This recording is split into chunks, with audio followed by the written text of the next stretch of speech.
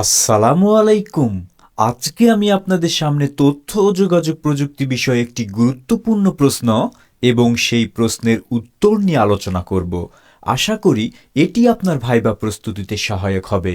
তাহলে চলুন শুরু করা যাক। প্রিয় শিক্ষার্থী বন্ধুরা, দেখতে দেখতে আমরা আজকের ২৮তম পর্বে চলে এসেছি। আপনাদের ভাইবা প্রস্তুতিকে সামনে এগিয়ে নিয়ে যাওয়ার জন্যই আমাদের এই কার্যক্রম।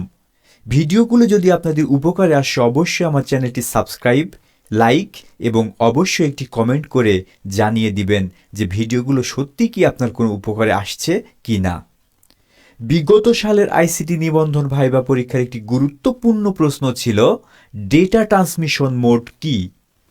ডেটা ট্রান্সমিশন মোড বলতে ডেটা স্থানান্তরের পদ্ধতি বা উপায় বোঝায়, যা এক ডিভাইস থেকে অন্য ডিভাইসে ডেটা প্রেরণের সময় ব্যবহৃত হয়। এটি ডেটা প্রেরণ ও গ্রহণের প্রক্রিয়া এবং দিক নির্দেশনা সম্পর্কে নির্দেশ করে। ডেটা ট্রান্সমিশন মোড সাধারণত ৩ ধরনের হতে পারে। সিমপ্লেক্স মোড, ডেটা কেবলমাত্র একদিকে প্রবাহিত হয়। একটি ডিভাইস শুধুমাত্র প্রেরণকারী এবং অপরটি শুধুমাত্র গ্রহণকারী হয়। উদাহরণ, রেডিও ব্রডকাস্টিং, টেলিভিশন।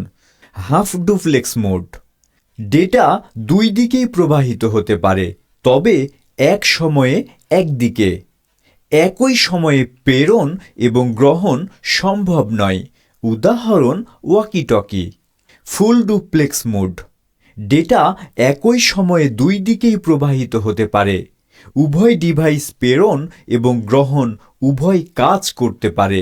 উদাহরণ, মোবাইল ফোন, ইন্টারনেট। এই মোডগুলো ব্যবহার নির্ভর করে যোগাযোগ ব্যবস্থার ধরন এবং প্রয়োজনীয়তার ওপর। আশা করি আজকের ভিডিওটি থেকে আপনি বুঝতে পারলেন ডেটা ট্রান্সমিশন মোড কি এবং এটি কিভাবে কাজ করে। কথা হবে পরের ভিডিওতে নতুন কোনো টপিকস নিয়ে। সেই পর্যন্ত সবার জন্য শুভকামনা রইল।